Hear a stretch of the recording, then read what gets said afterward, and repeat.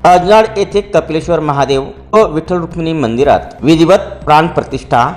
शिरपूर तालुक्यातील अजनाळ येथे आमदार अमरीशभाई पटेल व माजी नगराध्यक्ष भूपेशभाई पटेल यांच्या सहकार्याने व मार्गदर्शनाखाली पुरातन श्री कपिलेश्वर महादेव मंदिर, श्री विठ्ठल रुक्मिणी मंदिर तसेच मारुती मंदिराचा जीर्णोद्धार पूर्ण झाला असून 26 फेब्रुवारी रोजी या मंदिरांमध्ये विधिवत प्राण प्रतिष्ठा करण्यात आली। हरिभक्त परायण भक्तराज महाराज व आनंद चैतन्य महाराज यांच्या पावन हस्ते आणि अजय धर्माधिकारी यांच्या मंत्रोच्चारात व शास्त्रोक्त विधींनी प्राण प्रतिष्ठा सोहळा पार पडला। गेल्या 2 वर्षांपासून अहोरात्र सुरू असलेले मंदिर जीर्णोद्धाराचे काम पूर्णत्वास आले। लोकनियुक्त सरपंच दरबार जाधव यांच्या नेतृत्वाखाली व ग्रामस्थांच्या सहकार्याने हे कार्य यशस्वी झाले।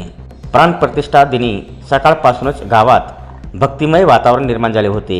घरोघरी गुढ्या उभारण्यात आल्या होत्या। हरिनामाचा गजर, अभिषेक विधी आणि मंत्रोच्चारामुळे संपूर्ण परिसर भक्तिरसाने न्हाऊन निघाला होता। या प्रसंगी माजी भाजपा जिल्हाध्यक्ष बबन चौधरी, जिल्हा परिषदेचे माजी उपाध्यक्ष देवेंद्र पाटील, कृषी बाजार समितीचे सभापती के.डी. पाटील, दिलीप पाटील तसेच सामाजिक कार्यकर्ते जयेश पाटील, दिलखुश पाटील, राजेंद्र पाटील यांच्यासह परिसरातील भाविक व ग्रामस्थ मोठ्या संख्येने उपस्थित होते। संपूर्ण कार्यक्रम शांत, शिस्तबद्ध व भक्तिमय वातावरणात पार पडला। अजनाळ गावाच्या धार्मिक व सांस्कृतिक परंपरेत या प्राण प्रतिष्ठा सोहळ्याने मोलाची भर घातली आहे।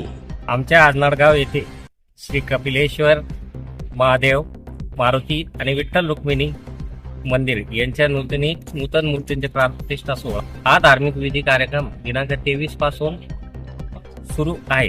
या कार्यक्रमात आपल्या तालुक्याचे भाग्य विधाते माननीय श्री अमरीशभाई पटेल व माननीय श्री भूपेशभाई पटेल यांचे अनमोल सहकार्य तसेच मार्गदर्शन आम्हाला लाभलेले असून आज कार्यक्रमाचा शेवटचा दिवस सांगता आहे।